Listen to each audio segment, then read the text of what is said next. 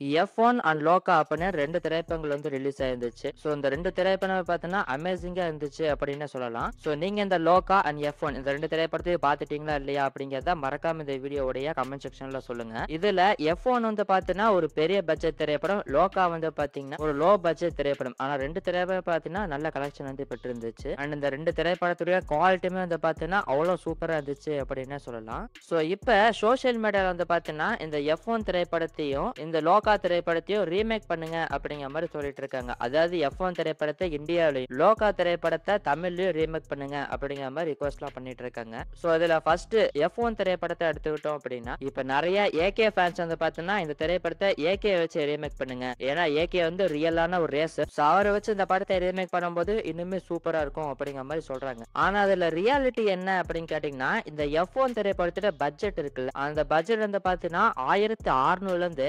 1700 கோடி வரைக்கும் இருக்கு அப்படிங்கிற மாதிரி சொல்றாங்க. சோ எதுக்காக இந்த படத்துக்கு இவ்வளவு பட்ஜெட் அப்படின்னு பாத்தீங்கன்னா இந்த படத்துல ஓட்டப்படுற அந்த காஸ்ட்ல வந்து பாத்தீங்கன்னா ரியலான கார் அது ஒவ்வொரு காருமே பாத்தீங்கன்னா 100ல இருந்து 150 கோடி வரைக்கும் இருக்கும் அப்படிங்கிற மாதிரி சொல்றாங்க. அண்ட் ஆல்சோ நியூயார்க்ல இருக்கக்கூடிய அந்த ரேசிங் பிளேஸ்மே பாத்தீங்கன்னா ரியலான பிளேஸ். அண்ட் இந்த படத்துல நிறைய சீன் ஷாட்ஸ் எல்லாம் யூஸே பண்ணிருக்க மாட்டாங்க. நிறையவே ரியலா லொகேஷன்ஸ்ல மட்டும் தான் ஷூட் பண்ணிருக்காங்க. சோ அதனால இந்த படத்துடைய குவாலிட்டினாலே பாத்தீங்கன்னா இந்த படத்தோட பட்ஜெட் வந்து அவ்வளவு பெருசா இருக்கு. சோ இப்ப அப்படியே இந்தியாவுக்கு வந்தோம் அப்படின்னா இவ்வளவு பெரிய பட்ஜெட் போட்டு படம் எடுக்கிற அளவுக்கு ஆள் இருக்காங்களா அப்படின்னு கேட்டீங்கன்னா கண்டிப்பாவே கிடையாது. அண்ட் ஆல்சோ இப்போ ரீசெண்டா வர பெரிய பெரிய படங்கள்ல வந்து பாத்தீங்கன்னா நிறைய சிஜி ஷாட்ஸ் தான் யூஸ் பண்றாங்க. சின்ன சின்ன விஷயங்களை கூட சிஜி ஷாட்ஸ் தான் யூஸ் பண்றாங்க. கிரீன் மேட் யூஸ் பண்ணி தான் வந்து எடுக்கிறாங்க.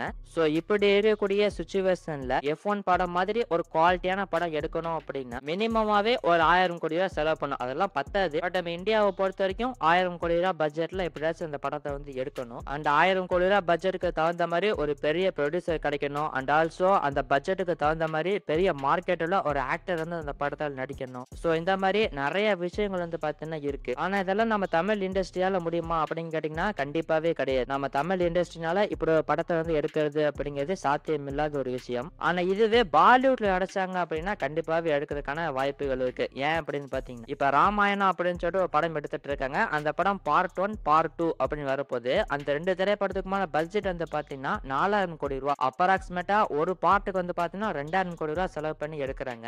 சோ ராமாயணா மாதிரி படம் இந்த கோடி பட்ஜெட்ல எடுக்கும்போது இந்த எஃப்1 திரைப்படத்தை ரீமேக் பண்றது அப்படிங்கிறது ரொம்ப ஈஸியான விஷயம் மாதிரி தான் எனக்கு வந்து தோணுது. அண்ட் ஆல்சோ பாலிவுட்டுக்குன்னு நிறைய கண்ட்ரீஸ்ல வந்து பாத்தீங்கன்னா ஒரு பெரிய மார்க்கெட் இருக்கு அப்படிங்கிறது உங்களுக்கே தெரியும். ஏன்னா இப்ப வேணா பாலிவுட் இண்டஸ்ட்ரி டவுன்ஃபாலா இருக்கலாம். ஆனா எப்பவுமே பாத்தீங்கன்னா அதர் கண்ட்ரீஸ்ன்னு பார்க்கும்போது பாலிவுட் படங்கள் தான் இந்தியால இருந்து பெஸ்டா இருக்கு. சோ இப்படி இருக்கிற பட்சத்துல எஃப்1 மாதிரியான ஒரு திரைப்படத்தை பாலிவுட்ல ரீமேக் பண்றதுக்கான வாய்ப்புகள் இருக்கு. அண்ட் அதே மாதிரி தெலுங்கு இண்டஸ்ட்ரி அவங்களுமே பண்றதுக்கான வாய்ப்புகள் இருக்கு. ஏன்னா இப்ப ரீசெண்ட் டைம்ஸ்ல பாத்தீங்கன்னா பாகுபலி, புஷ்பா 2, கல்கி அப்படின்னு சொல்லிட்டு ஏகப்பட்ட 1000 கோடி படங்கள் பாத்தீங்கன்னா கொடுத்துட்டு இருக்காங்க. அண்ட் ஆல்சோ தெலுங்கு இண்டஸ்ட்ரியுமே பாத்தீங்கன்னா நல்ல ரீச் அடைஞ்சிருக்கு அப்படின்னு சொல்லலாம். சோ இப்படி இருக்கிற பட்சத்துல தெலுங்கு இண்டஸ்ட்ரி நடிச்சாலுமே இந்த படத்தை வந்து எடுக்கிறதுக்கான வாய்ப்புகள் இருக்கு. சோ இப்போதைக்கு எஃப்1 மாதிரியான ஒரு திரைப்படத்தை ரீமேக் பண்ணணும் அப்படின்னா ஒன்னு பாலிவுட்ல இருந்தோ அல்லது டோலிவுட்ல இருந்தோ படம் எடுத்ததா உண்டு. அண்ட் முன்னாடியே சொல்லியிருந்த மாதிரி மினிமமாவே 1000 கோடியில இருந்து 1300 கோடி வரைக்கும் பட்ஜெட் வந்து இருக்கணும். அப்படி இருந்தா தான் எஃப்1 மாதிரியான குவாலிட்டியான திரைப்படத்தை எடுக்க முடியும். அண்ட் ஆல்சோ நிறைய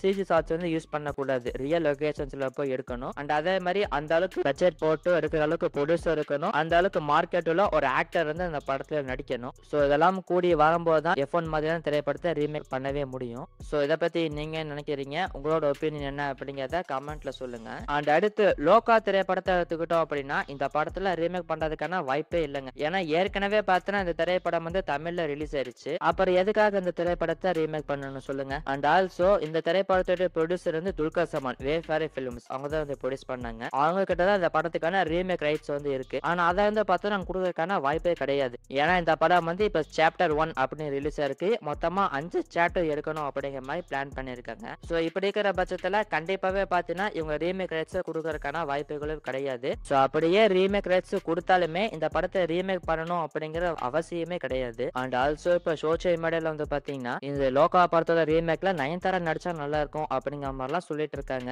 சோ இதை பத்தி உங்களோட ஒப்பீனியன் என்ன அப்படிங்கறத கமெண்ட்ல சொல்லுங்க. சோ நீங்க இந்த எஃப்1 திரைப்படத்தை பத்தியும் லோகா திரைப்படத்தை பத்தியும் என்ன நினைக்கிறீங்க? உங்களோட ஒப்பீனியன் என்ன அப்படிங்கறத கமெண்ட்ல சொல்லுங்க. அண்ட் இந்த படத்தை ரீமேக் பண்ணலாமா வேணாமா அப்படிங்கிற உங்களோட ஒப்பீனியன் என்ன அப்படிங்கறதையுமே கமெண்ட்ல சொல்லுங்க. மீண்டும் இன்னொரு இன்ட்ரெஸ்டிங்கான மற்றும் சூப்பரான ஒரு வீடியோவில் உங்களை சந்திக்கிறேன். நன்றி. நன்றி, வணக்கம்.